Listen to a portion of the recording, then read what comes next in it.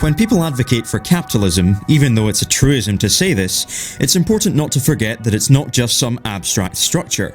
It's capitalism every day. Hierarchical systems require the subordination of the masses to power in their everyday lives. However, naked power generates resistance.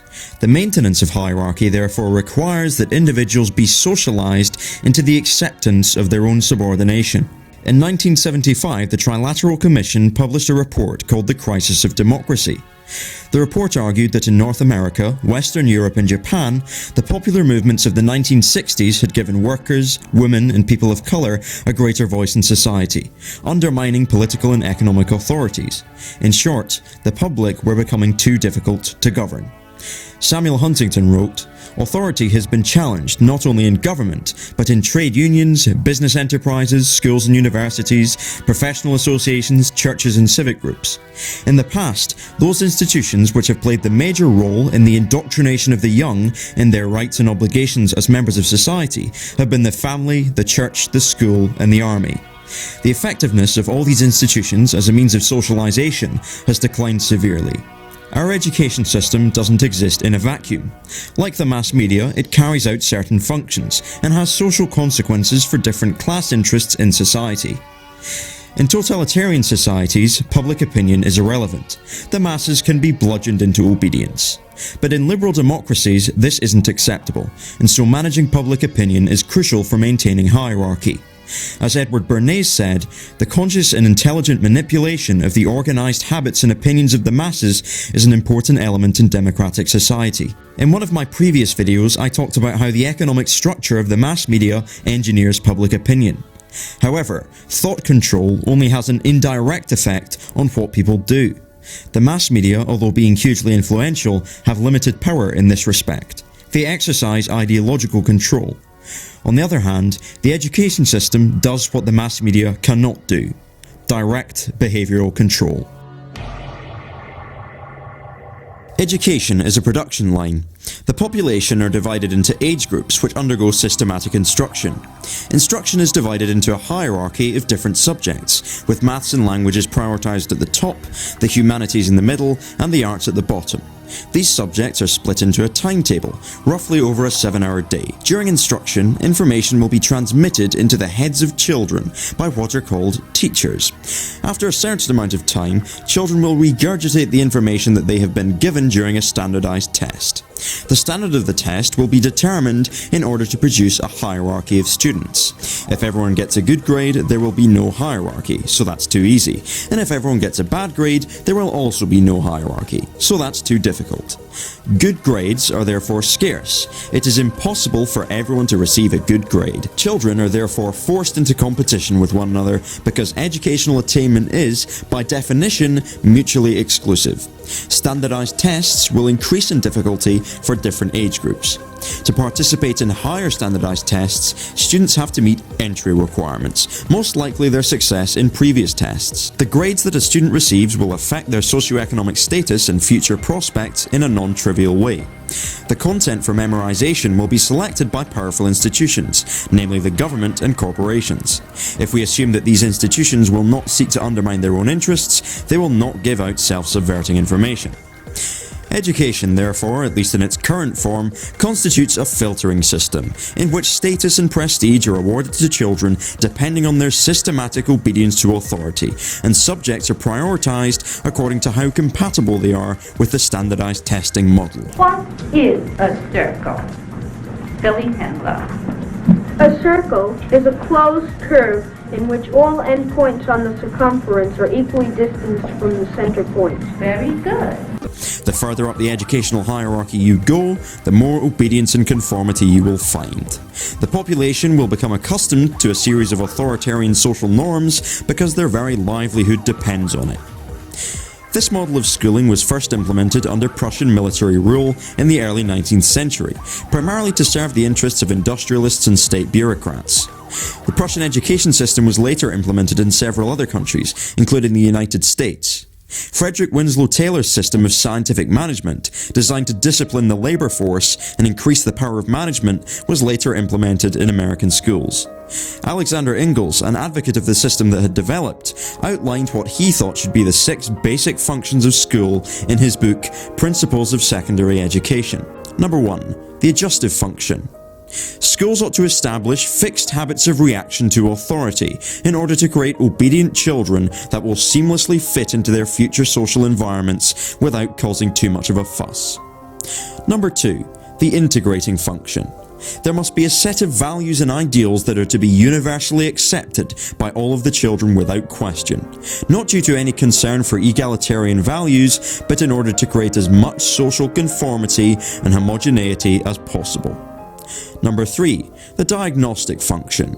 The work of individuals must be logged mathematically, and schools ought to determine the social roles of children in the future and direct them towards the desired ends. Number 4. The differentiating function.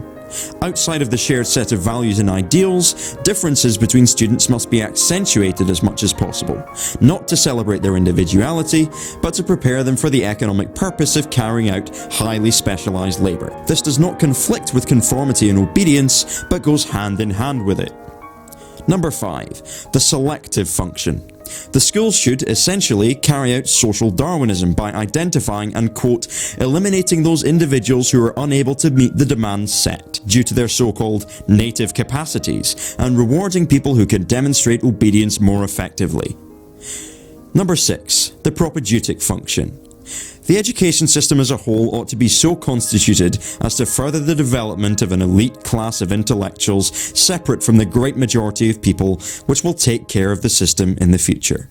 You can perhaps see how the model of standardized testing for obedience in tightly divided subjects in order to create a hierarchy of students serves these functions remarkably well.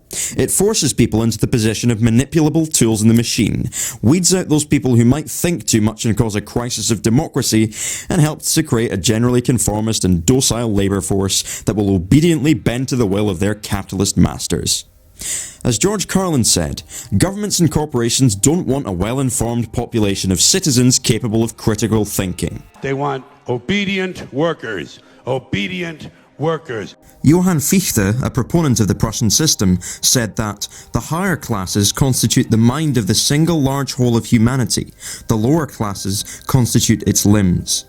The vast majority of people are not supposed to do any thinking, they're supposed to execute the demands of an elite minority. The masses must be dumbed down and told what to think. Fichte believed that education should completely destroy free will. He said that the schools must fashion the person and fashion him in such a way that he simply cannot will otherwise than what you wish him to will. Let's consider some other implications of our education system. Other than the minimal knowledge required to generate people who are just smart enough to run the machines and do the paperwork, as Carlin said, what little lessons can we expect the average child to acquire as they are being shipped along the educational production line? John Taylor Gatto listed 7. Number 1. Confusion. Throughout the school day, rather than tailoring to the needs of individuals, children will not have any control over the periods of time they spend on a given subject. This ensures that significant numbers of people will not be given adequate time to digest the information being transmitted to them at their own pace, helping to foster the creation of a bewildered herd with little to no idea of what the fuck is going on. Number 2. Indifference. The children will understand that what's called learning is about assuming the position of an empty receptacle into which unquestionable absolute truth is poured, and that this process can be turned on and off like a light switch, as well as merely being a means to achieving so-called good grades. The schools should generate indifference to anything that could remotely be described as real learning. The schools are factories for creating systemic ignorance. Number 3. Class position. Members of the working class should be well aware that the education system is not designed for them, but in fact serves the strategic and economic interests of corporate and state bureaucrats. As they are moved along the conveyor belt, the people should know their place and understand that it's there to provide an obedient workforce that can be disciplined and controlled by managers with a minimum amount of hassle. Number 4. Emotional dependency. The children should become emotionally dependent on so-called positive reinforcements, a term originally coined when training lab rats, I should note, such as a pat on the head, a smile, an A+, or any other kind of reward from above. In other words, doggy biscuit bribes to make children follow instructions. The reason for this is to train and socialize the children to embrace behaviorist methods of control. Techniques originally tested on animals to get children to stop doing what you don't want them to do and start doing what you do want them to do. So the bird isn't acting independently. Its behavior is shaped by controlling its environment. Number 5. Intellectual dependency. Children will be socialized to believe that authority is the ultimate source of unquestionable truth. Children are to be put into an atmosphere in which questioning authority is the worst thing you can do, even if the authority makes an incorrect statement. It's not about truth, it's about obedience, and truth is only valuable insofar as it fosters obedience.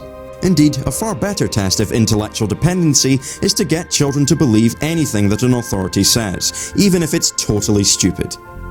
Number 6. Provisional self-esteem. Children will be constantly beaten over the head with the idea of so-called mutual respect.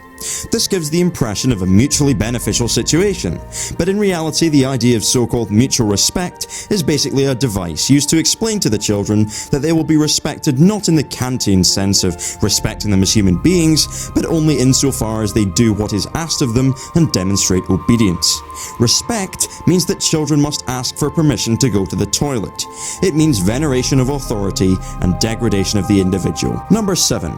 The impossibility of hiding. Children are to be made to feel utterly powerless. Every single piece of work they produce and everything they do must be subjected to constant and systematic surveillance, examination and evaluation, while so-called progress must be logged in cumulative records. The fact that they are being watched all the time should help to make the children feel as small as possible and understand that their ultimate purpose in life is to assume the position of minuscule objects, to be placed under the absolute control of people with more power and status than them. By now it should be fairly apparent that the education system has very little at all to do with learning. It's about making children internalize authoritarian social norms and behavioral patterns and understand their position in the hierarchical society and training people to be mindless corporate slaves. It's about establishing to young children that there is a right way to do things and a wrong way to do things, and manufacturing a general culture of obedience and conformity. That's what the educational structure is for. The education system assumes this function because this is what best serves the interests of centralized concentrations of political and economic power. Any form of organization based on authoritarian institutions controlling the means of production requires the creation and maintenance of an obedient labor force that will spend their working lives taking orders from people. So why would education be structured in any other way? Education looks the way it does because the disgusting system we have requires it. From the very beginning, it was built by and for elites, not to benevolently provide people with knowledge. During its inception, many parents resisted compulsory schooling, sometimes even violently, because they had a very clear idea of what it was about. In Barnstable on Cape Cod, resistance was so strong that state militia had to be deployed to march the children into school. But not only is the format of education, that is, standardized testing for obedience and so on, structured for the benefit of economic elites, but for the past 30 years, the idea that education should even be provided as a public utility has come under attack, because the whole notion of pooling resources together to provide for needs is wrong, according to neoliberal doctrine. Larger numbers of people are getting into higher education over time, consequently undermining the possibility of it being reserved for a small academic elite. However, this does mean that individuals are under greater economic pressures to pursue higher education to improve their future prospects in the people market. To counteract this, further disciplinary measures are implemented, in the form of tuition fee increases, massive tuition fee increases. This helps to either segregate higher education as being something reserved only for the wealthy, or on the other hand, trap the vast majority of students into a system of perpetual debt that they will spend decades attempting to repay. People who go into higher education wanting to be artists, musicians, dancers, writers and philosophers end up finding themselves spending several years cooped up in a cubicle somewhere, toiling away and producing reports that nobody reads, dreaming about what it would be like to behave like a human being for once, although that possibility was taken care of a long time ago. Now they are subordinated to the consumer economy, and now they must spend all of their so-called free time miserably slumped on a sofa watching spirit-crushing corporate propaganda on a flickering television because their time on the hamster wheel has left them physically and emotionally destroyed. Meanwhile, the more successful members of the intelligentsia will go on and on and on about how this kind of heinous social damage can be repaired if only we just elected the correct people, got rid of the incorrect laws and implemented the correct ones. And of course, if the public ever becomes so curious and so arrogant as to never find the humility to submit to a civil rule, if they ever have the audacity, the temerity to consider running their own lives for once, if they ever dare to cause a crisis of democracy, they must be subjected to constant, unrelenting ridicule and be beaten over the head with legitimizing myths, excuses for why the imprisonment of the population must be continued. It is when the population refuse to accept any more of these excuses that the social revolution begins.